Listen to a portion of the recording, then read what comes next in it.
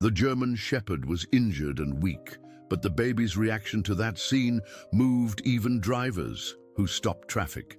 And what happened next touched even the coldest hearts. Subscribe so you don't miss the end of this unbelievable story. The sunset painted the dirt road with amber hues as traffic increased due to an improvised detour around a nearby construction site. Cars moved in a slow line, flanked by small farms and vacant lots. Amid the dust raised by tires and the noise of engines, a detail went unnoticed by almost everyone, a rope dragging something behind an old pickup truck that moved at an irregular pace. It wasn't until the truck stopped in a momentary traffic jam that some more attentive drivers noticed. The end of the rope was tied around the waist of a visibly exhausted German Shepherd, its body scraped and paws stumbling. The dog wasn't being pulled intentionally out of malice. It had become entangled in the rope while trying to follow the car of someone who had probably abandoned it moments before. The scene, even without direct violence, was unsettling. The animal dragged itself slowly, with half-closed eyes, as if silently begging for someone to notice it. The truck driver, realizing what was happening, got out of his vehicle, startled by the indignant shouts from the cars behind him. It was at that exact moment that an unexpected sound echoed among the honking and braking, the loud, sincere cry of a baby. Inside one of the stopped vehicles, a child of little more than 2 years old was pointing insistently at the dog. His reaction wasn't one of fear, but of outcry. He screamed, banged on the windows, and even without clear words, his expression said it all. "Daddy, dog hurt," little Ethan managed to say between sobs, his small hands pressed against the window glass. His father, Michael Thompson, a middle-aged man who until then hadn't noticed the animal, was startled by his son's reaction. At 38, Michael was not someone who typically noticed these kinds of things. His life as a high school science teacher in the small town of Mapleton, Nebraska, had been so routine-focused since his wife Jessica's challenging pregnancy that he often missed the details around him. "Stay put, buddy," Michael said firmly to his son as he unbuckled his seatbelt. Jessica looked at him with surprise. "What are you doing, Mike?" she asked, concern evident in her voice. "There's a dog. It's hurt," he replied simply, his eyes now fixed on the same scene that had captured his son's attention. Without waiting for her response, Michael exited the car and ran to the truck. He knelt before the German Shepherd, loosening the rope and carefully checking its injuries. By this point, the dog could no longer stand on its own. "What the hell happened?" Michael asked the truck driver, a weathered-looking man in his 60s named Jim Calloway. "I swear I didn't know it was there." Jim defended himself, his voice shaking. "Must have gotten tangled when I was parked back at the Wilson farm. I was just delivering some feed." Other drivers joined the scene. A small group of disoriented people formed, urged by the urgency of the situation. The dog's breathing was labored, and fresh blood mixed with the dust on its coat. "Someone call a vet," shouted a woman from her car, but cell service was spotty on this rural stretch of road. It was Ethan who once again surprised everyone. Noticing that the dog had been laid down on a blanket someone had provided, he wriggled free from his mother's arms, who had followed Michael out of their car, and went to the German Shepherd, sitting down beside it on the dusty asphalt. "Ethan, no!" Jessica called out, rushing toward him, but she stopped in her tracks when she saw what happened next. This gesture moved those present overwhelmingly. One of the drivers began to cry. Another, who had honked impatiently moments before, retrieved a bottle of water and a clean towel from his trunk. The child, while caressing the dog's muzzle, achieved something no one else had managed until then. The German Shepherd stopped whimpering. "Look at that," someone whispered. "It's like they know each other." Jessica stood frozen, watching her son interact with the injured animal. Ethan had been diagnosed with a developmental delay just 6 months ago. He rarely showed this level of emotional connection, even with people he knew well. Yet here he was, completely focused on comforting a wounded creature he'd never met before. Then came an unexpected turn. A woman observing the scene from a distance recognized the dog.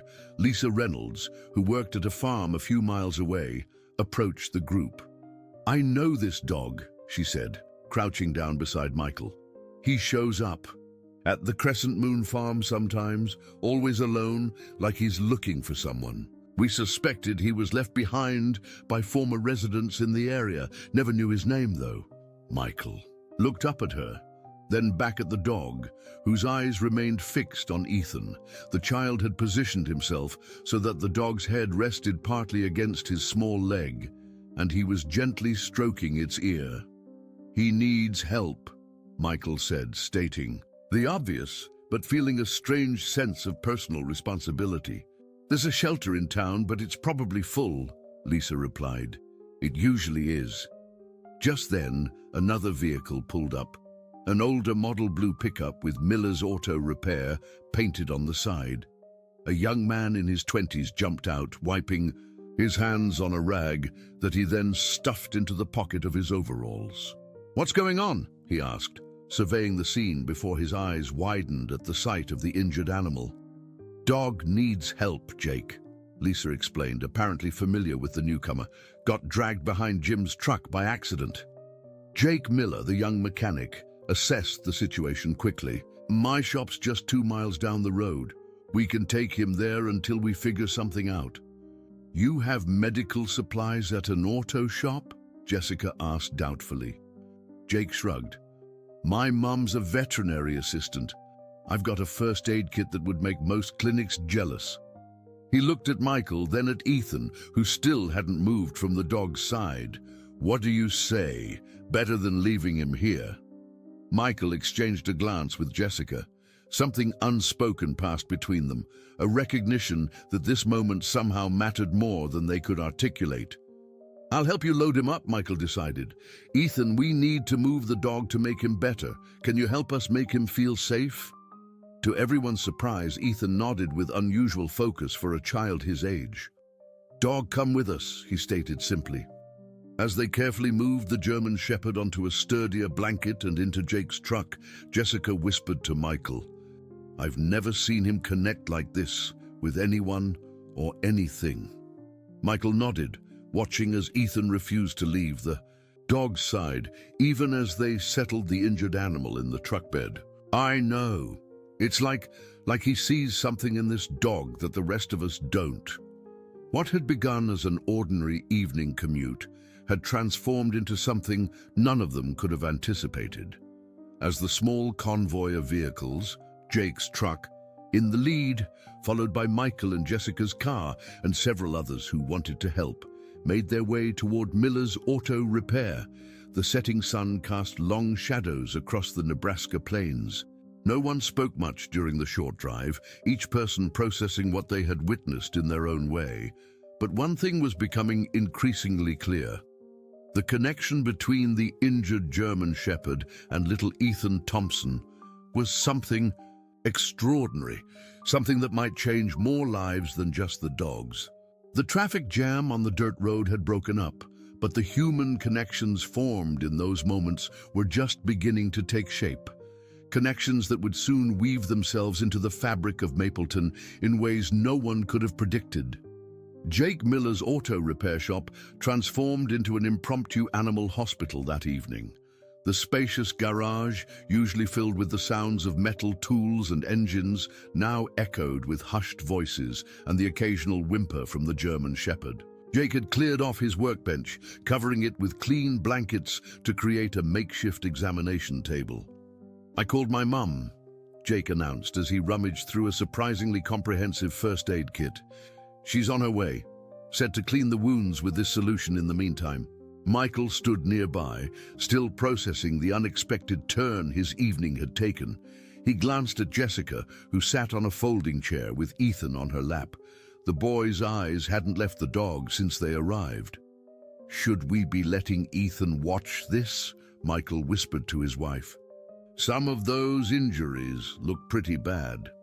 Jessica studied their son's expression. Not distressed, but intensely focused.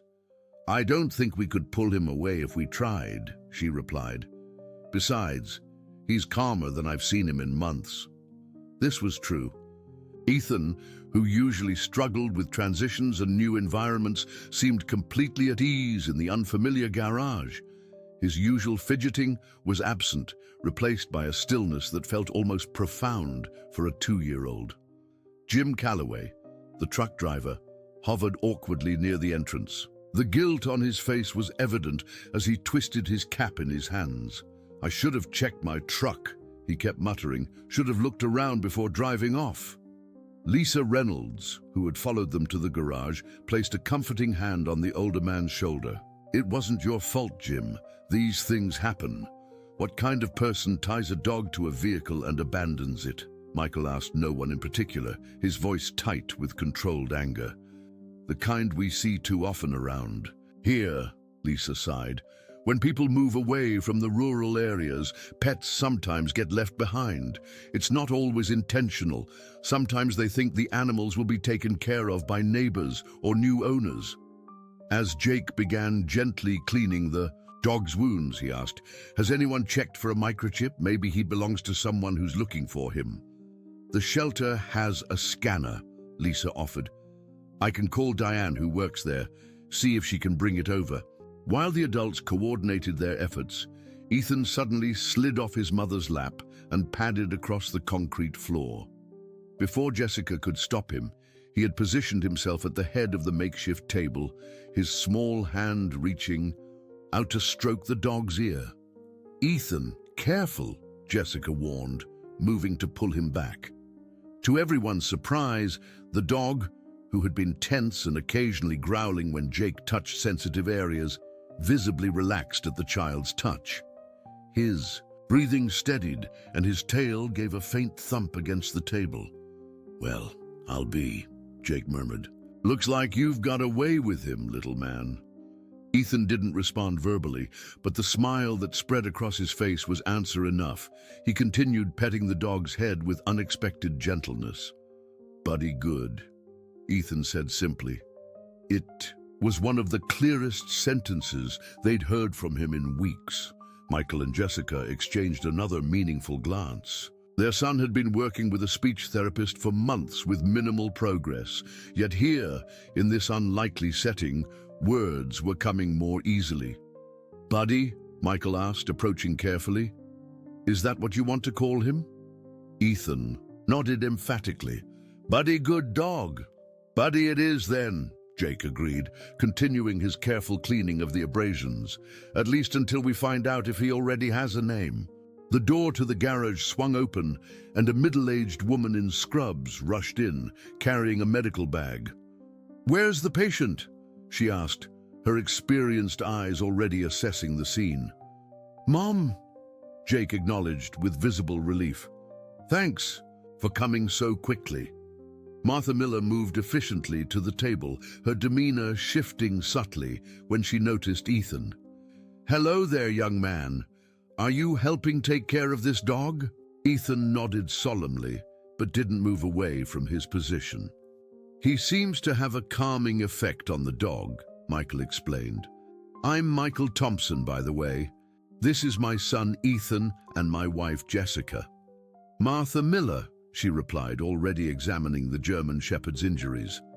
"Jake's mother and veterinary assistant at Mapleton Animal Clinic. Not a vet myself, but I've seen enough cases to know what needs immediate attention." Martha worked methodically, cleaning wounds, applying antiseptic, and checking for broken bones. Throughout the examination, she narrated her actions, partly for the benefit of the anxious humans watching, and partly as professional habit. Abrasions on all 4 paws, some deep enough to need stitches. Dehydration, definitely, probably hasn't eaten in days. Some older scars suggesting this isn't his first rough patch. She paused, feeling along the dog's ribcage. No broken ribs, thank goodness. He's one tough fellow. Will he be okay? Jessica asked, voicing what everyone wanted to know. Martha straightened up, stretching her back. With proper care, yes. He needs antibiotics, fluids, proper nutrition, and rest, but dogs are resilient creatures. She looked directly at Ethan as she added, especially when they have good friends to help them heal. Ethan's face lit up at this statement. "Buddy stay?" he asked. The question hung in the air, creating a moment of uncertainty among the adults. Jake's garage wasn't a suitable long-term solution, and the local shelter was already overcrowded, according to Lisa. "We'll figure something out," Michael promised, surprised by his own commitment to a dog he'd only met hours ago. As if on cue, the door opened again, and a tall woman with grey-streaked hair entered, carrying a small electronic device. "Diane from the shelter," Lisa introduced her. She brought the microchip scanner. Diane nodded her greeting to the assembled group before approaching the table. "Poor thing," she murmured, running the scanner over the dog's shoulder blades. After a few moments, she shook her head. No chip, not surprising for a rural stray. She straightened up, surveying the makeshift medical setup with approval. "Martha's got him in good hands. The shelter can take him once he's stable, but I won't lie, we're at capacity and older dogs like him rarely get adopted quickly." Ethan, who had been quietly listening, suddenly spoke up. "No, Buddy, come home." He pointed first at the dog, then at himself, then at his parents. The message couldn't have been clearer. Michael felt Jessica's eyes on him, questioning and hopeful at the same time. They had discussed getting a pet someday, but had put it off due to Ethan's developmental challenges. The therapists had suggested waiting until he was older and more communicative. Yet, here was their son, showing more engagement and verbal skills with this dog than they'd seen in months of therapy. "We can talk about it," Michael said carefully, not wanting to make promises they couldn't keep, but also recognizing the significance of the moment. Martha finished bandaging the worst of the wounds and carefully inserted an IV line for fluids. "He'll need to stay here overnight for observation. Jake has that old cot in the back office. One of us can stay with him." "I'll stay," Jim volunteered unexpectedly. The truck driver had been quiet throughout the treatment, but now he stepped forward with newfound purpose. "Least I can do after what happened, even if it was an accident." No one argued with him. There was something fitting about Jim taking the first watch, a kind of atonement that everyone understood without it needing to be explicitly stated. As the group began to disperse, making plans to reconvene in the morning, Ethan became increasingly agitated at the prospect of leaving. "Buddy alone?" he asked, his lower lip trembling. "Buddy won't be alone," Jessica assured him, kneeling to his eye level. "Mr. Jim is going to stay with him all night, and we'll come back first thing tomorrow, I promise." Ethan considered this carefully before nodding his acceptance. He approached the now drowsy dog one more time, gently placing his hand on the German shepherd's head. "Buddy sleep. Ethan come back." The simple declaration brought unexpected tears to several eyes around the room. As Michael guided his family toward the door, Martha pulled him aside briefly. "I've worked with animals for 20 years, she said quietly. "What I just saw between your son and that dog is special. I don't know your family situation, but you might want to consider what that connection could mean for both of them." Michael nodded, watching as Jessica helped Ethan into his jacket. "I know," he replied. "I think we all felt it." Outside, the Nebraska night had fully descended, stars puncturing the vast darkness above the small town. As Michael drove his family home, the car was filled with a comfortable silence that felt different from their usual drives, expectant rather than routine. In the rearview mirror, he could see Ethan gazing out the window, his expression thoughtful. After a few minutes, the boy spoke unprompted, his voice clear in the quiet car. "Buddy dream. Ethan dream too." It wasn't until later that night, after Ethan had finally fallen asleep, that Michael and Jessica sat at their kitchen table, cups of tea growing cold between them as they contemplated what had just entered their lives and what it might mean for their son's future. The next morning arrived with golden sunlight streaming through the windows of the Thompson home. Michael awoke earlier than usual, his mind already replaying the extraordinary events of the previous evening.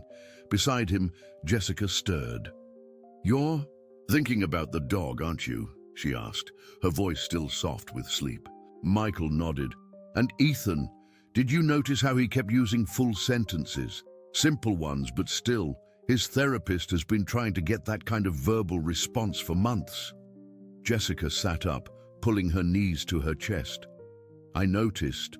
Do you think it was just the excitement of the moment or something more?" Before Michael could answer, they heard small footsteps padding down the hallway.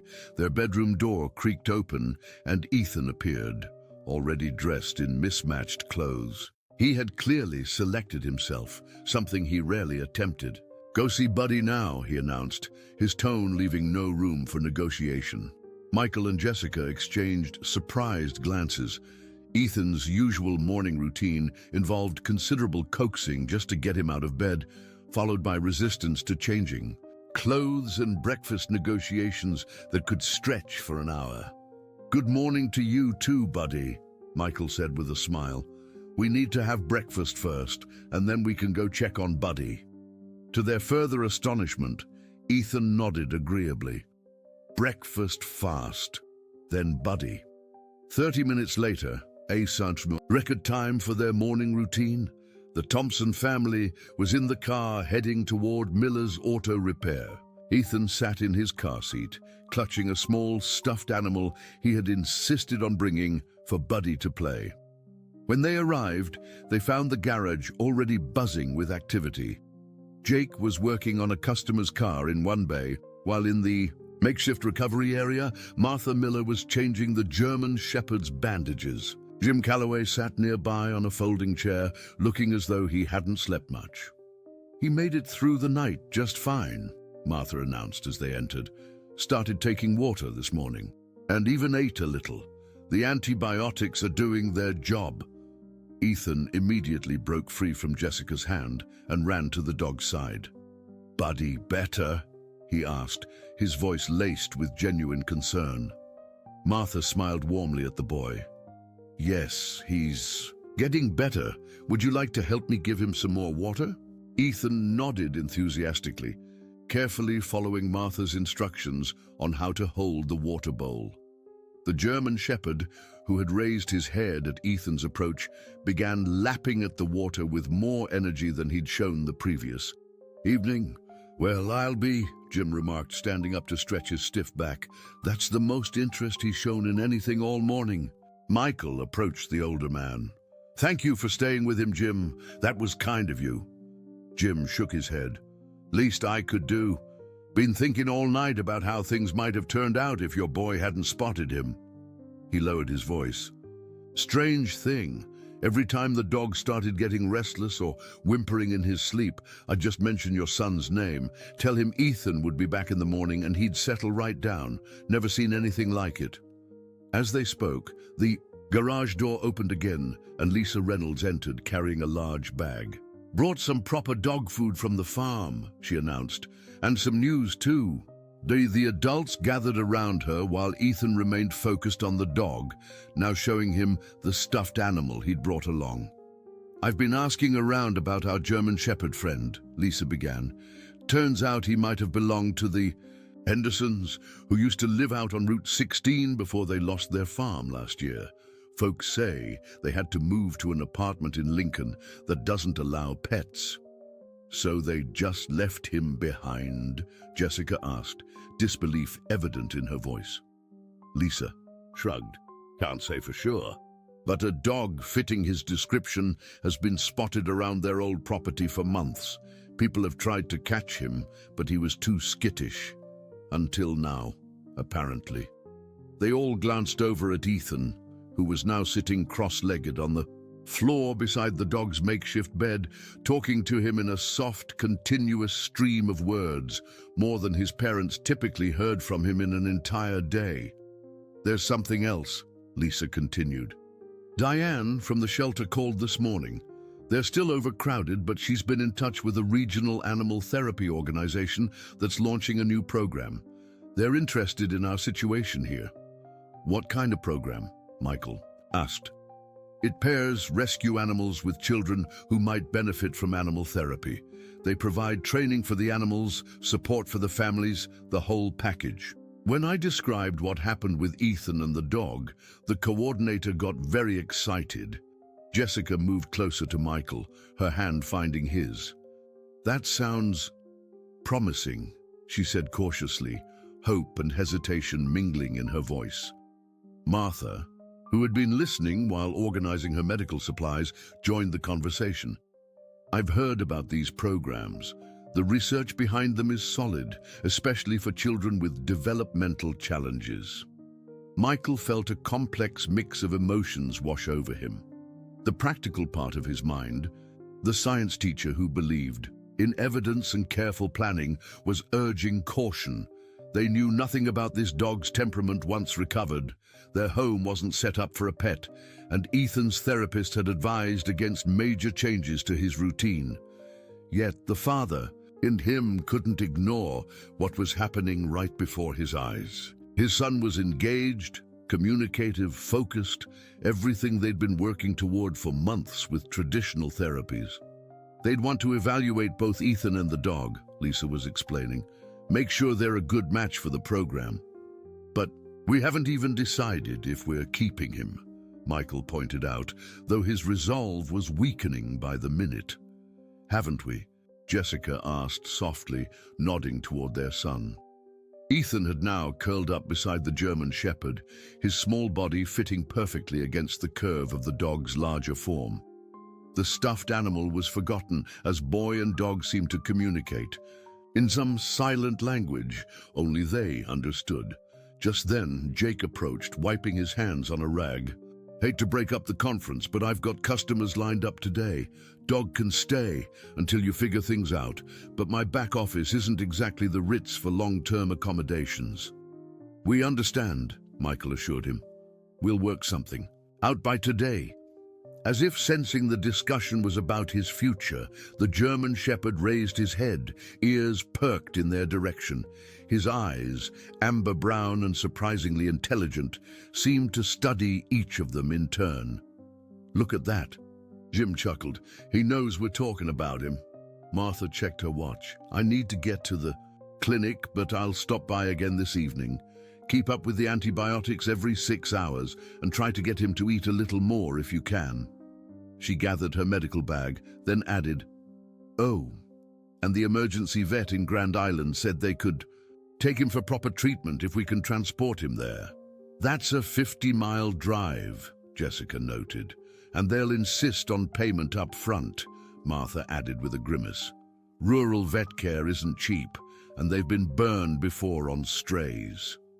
The financial reality of the situation settled uncomfortably over the group. Medical care for the dog would be expensive, and that was before considering the ongoing costs of keeping him. Michael was about to broach this subject when Ethan's voice rang out clearer than they'd ever heard it. Buddy walk, he announced. Proudly, they turned to see the German Shepherd shakily rising to his feet, Ethan standing beside him, with his hand resting lightly on the dog's back for support. It was clearly an effort for the injured animal, but there was determination in his stance. Well, I'll be damned, Jake whispered. Didn't think he'd be standing for at least another day or two. They watched in amazement as the dog took one tentative step, then another, Ethan moving alongside him with encouraging words. Good buddy, brave buddy, strong buddy.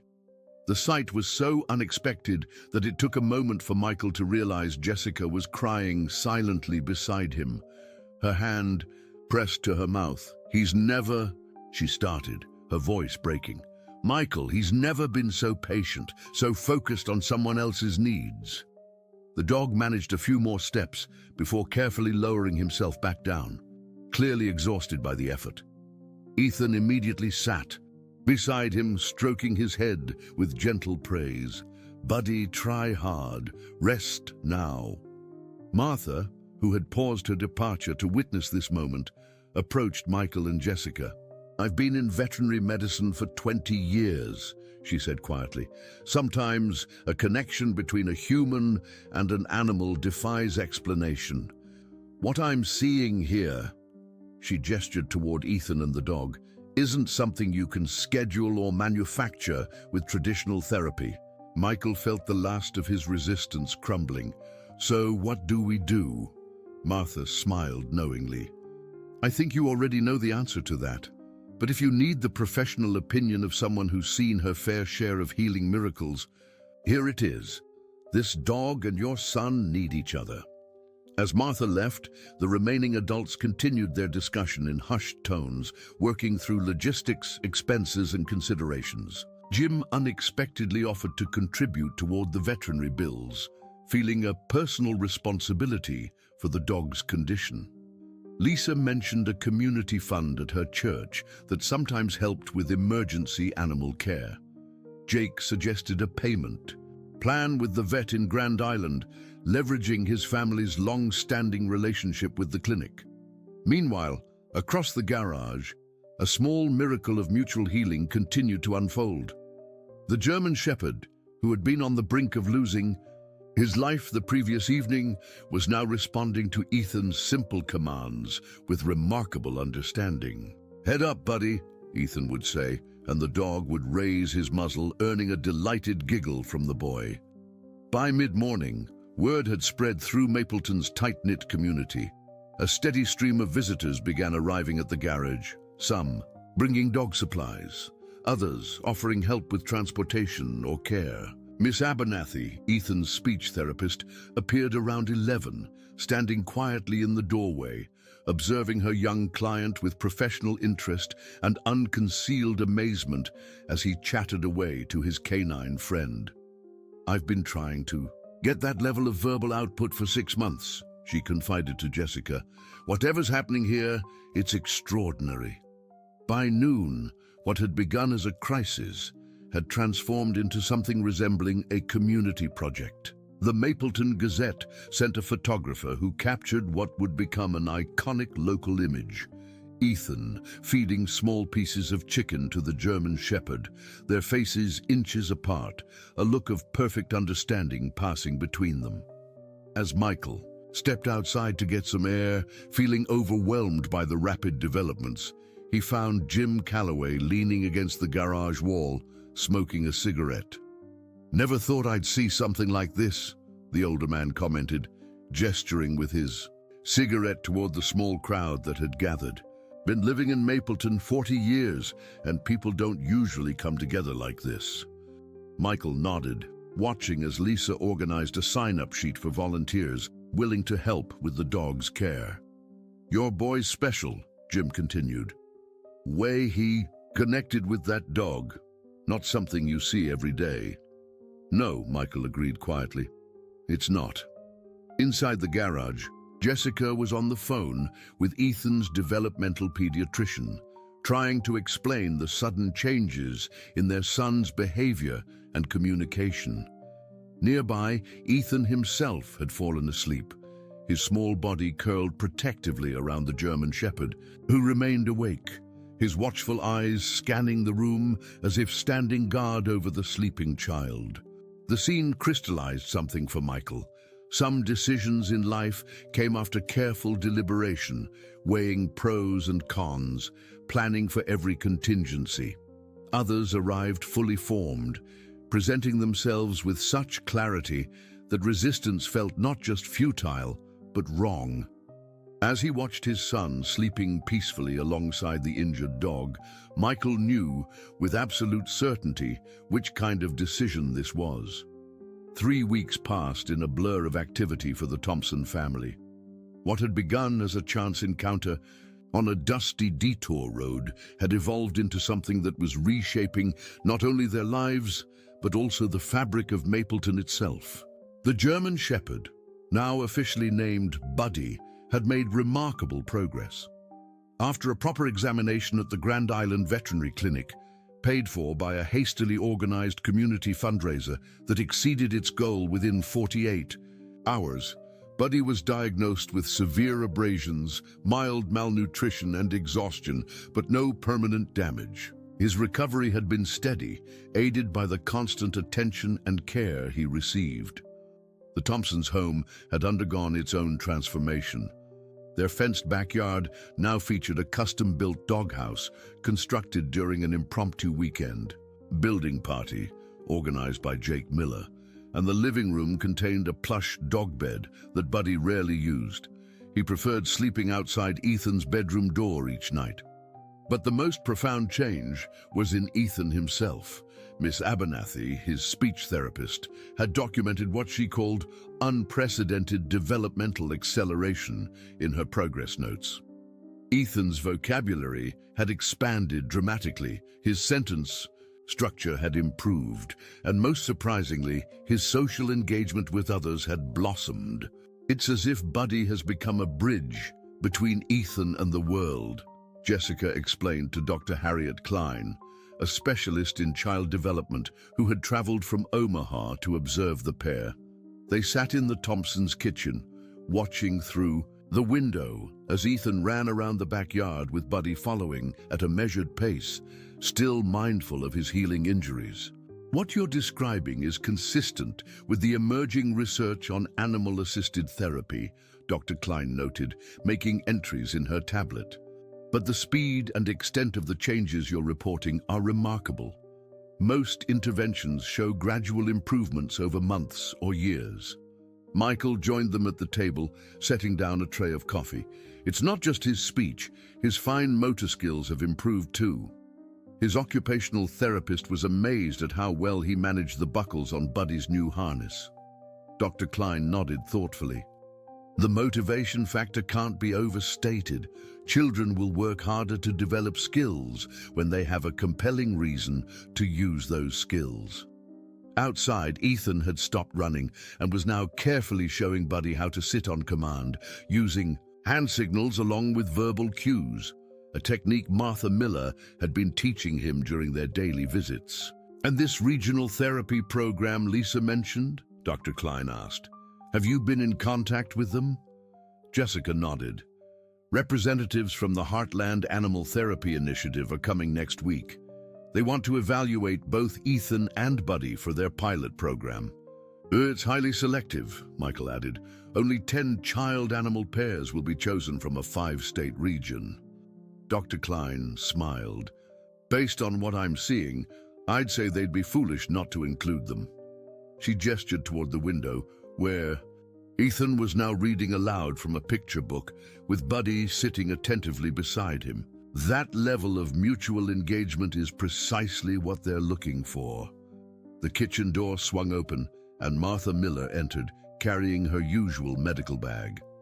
"Hope you don't mind me coming through the back," she said. "Didn't want to interrupt their session." She nodded toward Ethan and Buddy. "Not at all," Jessica assured her. "You're practically family at this point." It was true. Martha had been visiting daily to check on Buddy's recovery, gradually reducing her visits as his condition improved. But the routine had established her as a constant presence in their lives, one of many new connections forged in the wake of Buddy's arrival. "Dr. Klein, this is Martha Miller," Michael made the introduction. "She's been Buddy's primary medical care provider and has been instrumental in his recovery." The two women shook hands. "I've been reviewing your notes," Dr. Klein said. "Very thorough documentation of both physical recovery and behavioral observations." Martha looked pleased. "Force of habit. 20 years in veterinary medicine teaches you to track the details." She set her bag on a chair. "I'm actually here with some news today. Not just a checkup." The Thompsons looked at her expectantly. The X-rays from Buddy's follow-up confirmed complete healing of his soft tissue injuries. He's officially cleared for normal activity. Martha's professional demeanor broke into a wide smile. "In other words, your boy can finally take his dog for a proper walk around the neighborhood." The news warranted celebration, and Jessica immediately moved to the back door. "Ethan, Ms. Martha has something to tell you." Ethan looked up from his book. then carefully marked his place before standing. This new thoughtfulness in his actions was yet another change his parents had noticed, a developing awareness of sequence and order that had previously been challenging for him. "Miss Martha here?" he asked as he entered the kitchen, Buddy padding faithfully at his heels. "Yes, and she has good news about Buddy," Jessica prompted. Martha knelt to Ethan's level, including both boy and dog in her gaze. "Buddy's all better now, Ethan. His injuries are all healed up. That means he can go for longer walks and play more actively." Ethan's face lit up with understanding. "Buddy not hurt anymore? We can go to the park." "That's right," Martha confirmed. "Still no running races just yet, but regular walks are perfect." Ethan threw his arms around Buddy's neck and the dog responded with a gentle nudge of his muzzle. "Hear that, Buddy? We can go exploring." The adults exchanged smiles at his enthusiasm, but there was something deeper in their shared glance, an acknowledgement of the journey they'd all witnessed. Dr. Klein closed her tablet case. "I think I've seen what I needed to see. With your permission, I'd like to include anonymized observations in my upcoming paper on animal-assisted interventions." "Of course," Michael agreed readily. "If Ethan and Buddy's story can help other families, we're all for it." As Dr. Klein prepared to leave, there was a knock at the front door. Michael excused himself to answer it and returned moments later with Lisa Reynolds and a smartly dressed woman he introduced as Eleanor Simmons, the regional coordinator for the Heartland Animal Therapy Initiative. "I hope you don't mind the unscheduled visit," Eleanor said, shaking hands with Jessica and nodding politely to the others. "I was in the area for another evaluation, and Lisa mentioned she was stopping by. I thought it might be good to get a preliminary look before our official assessment next week." "Not at all," Jessica assured her, though she cast a slightly anxious glance at Ethan, who had retreated closer to Buddy at the appearance of another stranger. Eleanor noticed the boy's reaction and made no move to approach him. Instead, she addressed her comments to the adults while keeping her body language open and non-threatening. "Lisa has told me so much about your situation. It's quite remarkable how the community has rallied around you.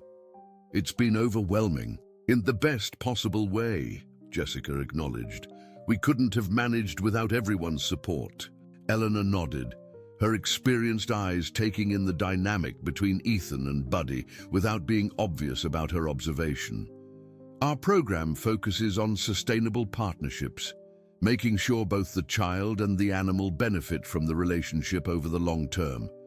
Dr. Klein, who had delayed her departure upon hearing Eleanor's title, joined the conversation. "The reciprocal nature of the bond is critical. From what I've observed today, there's a genuine two-way connection here." Eleanor looked interested. "You're with the university?" "Yes, the Child Development Center at Nebraska Medical. I've been documenting Ethan's progress since he began interacting with Buddy."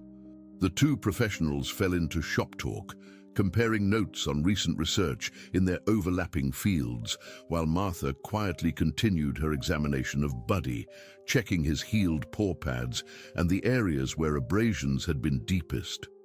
Lisa moved to sit beside Jessica at the kitchen table.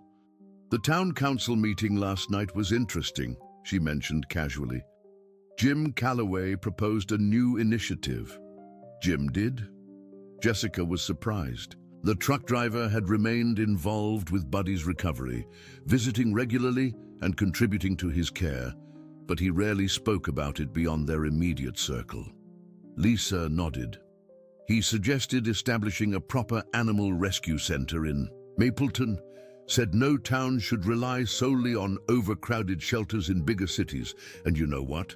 The council seemed receptive, especially when Mayor Wilson's wife mentioned how her sister's therapy dog helped after her stroke."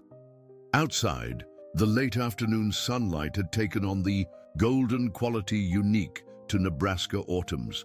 Through the window, they could see several neighborhood children gathering at the edge of the Thompsons' yard, a now familiar sight.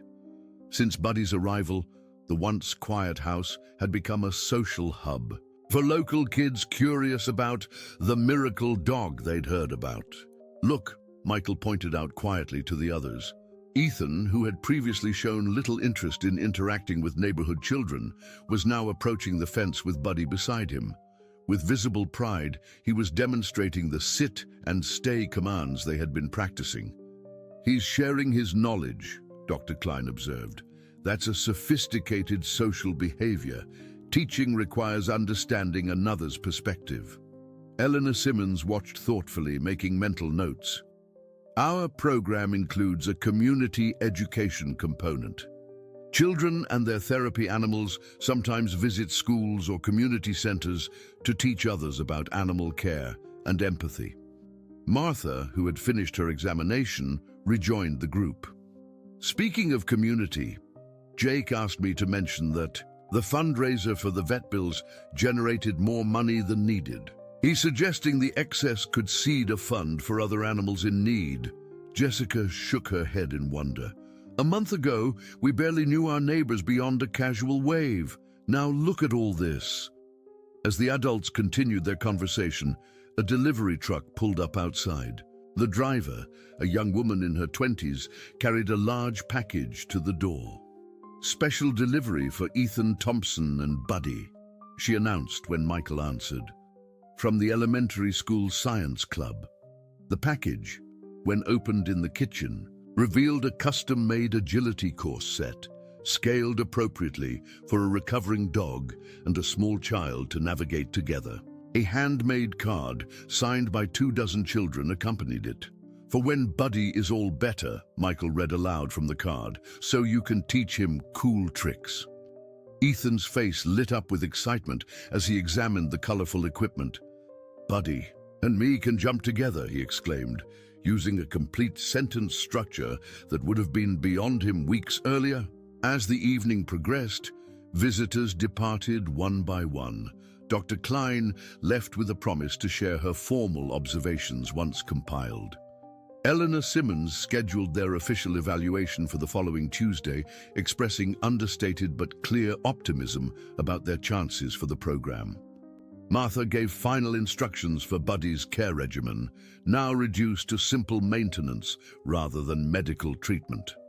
Lisa was the last to leave, pausing at the door to share a final piece of news. "The Mapleton Gazette wants to do a feature story. How one dog changed a town, they're calling it." After everyone had gone, the Thompson family settled into their evening routine, now centered around Buddy's needs as much as their own. Dinner included preparing Buddy's special food, still supplemented with nutrients to ensure complete recovery. Bath time now featured Ethan explaining each step to Buddy, who sat patiently outside the bathroom door. Bedtime stories were read aloud twice, once by Jessica to Ethan, and then again by Ethan to Buddy. As Michael and Jessica sat on their porch, swing later that night, watching fireflies begin their evening dance over the lawn, Jessica leaned her head against her husband's shoulder. "Did you ever imagine our lives would change this much from one random detour?" she asked softly. Michael shook his head. "Not in a million years. But you know what's strange? It feels like Buddy was always meant to be with us, like we were incomplete before without realizing it." From inside the house came the soft sounds of Ethan's voice as he said his usual goodnight to Buddy through his bedroom door, followed by the gentle thump of the dog settling into his now customary sleeping position, guardian and companion, healer and healed, completing a circle that extended far beyond the walls of the Thompson home to encompass an entire community transformed by one extraordinary connection. 6 months had passed since that fateful evening on the detour road. Spring had arrived in Mapleton, bringing with it new growth and a sense of renewal that perfectly mirrored the transformations in the small Nebraska town. The Heartland Animal Therapy Initiative had not only accepted Ethan and Buddy into their program, but had featured them prominently in their regional promotional materials. The photograph, Ethan reading a book while Buddy listened attentively, had become an iconic image for animal therapy advocates across the Midwest. On this particular Saturday morning, Michael Thompson stood in the town square, surveying the bustling activity around him. Colourful tents and booths lined the perimeter, and a makeshift stage stood at the north end. Children and dogs moved through the crowd, many wearing matching bandanas in bright blue, the official colour of Mapleton's first annual Pause for Connection festival. "Can you believe this all started with one dog and one little boy?" Lisa Reynolds asked, appearing at his side with a clipboard. Michael shook his head. "Sometimes I still think I'm going to wake up and find it was all an elaborate dream." In the demonstration area, Martha Miller stood addressing a semicircle of seated attendees. Beside her, Ethan and Buddy waited patiently, the boy's hand resting lightly on the dog's back. "Animal therapy isn't just about teaching dogs to respond to commands," Martha was explaining. "It's about creating meaningful connections that benefit both the animal and the human." Ethan stepped forward with newfound confidence. "Hi, everyone," he began, his voice clear and steady, a far cry from the halting, minimal speech of 6 months ago. "This is my friend Buddy. We're going to show you how we work together." What followed was a carefully choreographed routine that demonstrated not just Buddy's training, but the remarkable synchronicity between boy and dog. Ethan guided Buddy through a series of behaviors, sitting, staying, retrieving objects by name, all while narrating the purpose of each exercise. When the demonstration concluded, Jim Calloway approached them, now barely recognizable as the guilt-ridden truck driver of 6 months prior. Clean-shaven and dressed in a polo shirt bearing the logo of the newly established Mapleton Animal Rescue Center, Jim knelt to Ethan's level. "That was some fine work, young man," he said warmly. "You and Buddy are real professionals now." The Mapleton Animal Rescue Center had been Jim's redemption project, a modern facility built largely with donated materials and volunteer labor. What had begun as one man's atonement had evolved into a community cornerstone. Later, the mayor took the stage to address the gathering. "And now, ladies and gentlemen, I'm proud to unveil a new addition to our town square, one that symbolizes the extraordinary journey our community has taken together." On cue, Jake Miller and several volunteers removed the covering from what had been hidden behind a temporary wall. There, gleaming in the spring sunshine, stood a bronze statue, a German shepherd and a small boy reading a book together on a bench. The inscription read, "The Guardian of the Road, in honor of unexpected connections that change lives." "Dad! Mom! It's me and Buddy!" Ethan exclaimed, his voice carrying in the momentary hush. The sculptor stepped forward to explain her work. "I wanted to capture not just a boy and his dog, but the ripple effect that their connection created in our community. The bench has room for visitors to sit alongside the figures, a reminder that we're all invited to be part of this continuing story." As the afternoon progressed, Michael noticed his son looking tired. "Should we head home for a break?" he suggested, gently. Ethan nodded. "Buddy needs quiet time. His ears are getting floppy." This was Ethan's way of recognizing the subtle signs of fatigue in his canine companion, another example of his heightened awareness of others' needs. At home, Michael watched as Ethan and Buddy settled into their favorite spot in the backyard, a shaded corner with a garden bench. It had become their special retreat for quiet moments, reading practice, or simply sitting together in companionable silence. The doorbell rang, and Michael was surprised to find Eleanor Simmons on the porch. "I hoped I might catch you here," she said. "I wanted to speak with you privately before the evening's closing ceremony." Michael invited her in, curious about her unexpected visit. "The initiatives board has been reviewing the data from our first 6 months," Eleanor explained, placing a folder on the kitchen table. "We'd like to feature your family's experience in a national presentation at the American Therapeutic Association conference in Chicago this fall. Ethan and Buddy would demonstrate some of their work, and you and Jessica would participate in a panel discussion Through the window, they could see Ethan reading a book to Buddy, pointing at pictures as he turned the pages. "He was barely speaking in complete sentences when we started," Michael said softly. "His therapists had prepared us for long-term challenges with social engagement, language development, all of it. And now? Now he's testing at age-appropriate levels in nearly everything.